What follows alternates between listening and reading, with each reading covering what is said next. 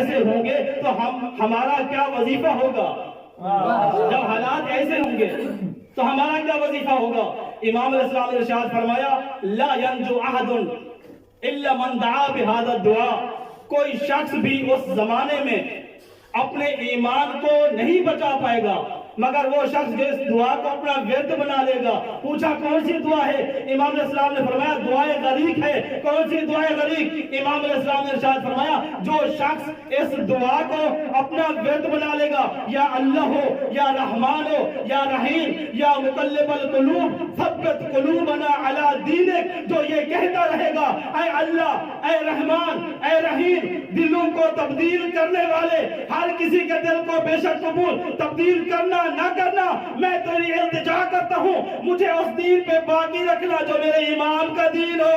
माशाअल्लाह माशाअल्लाह। सल्लल्लाहु अलैहि मोहम्मद व आले मोहम्मद। अल्लाहुम्मा सल्ली अला मुहम्मद व आले मुहम्मद। इमाम अलैहिस्सलाम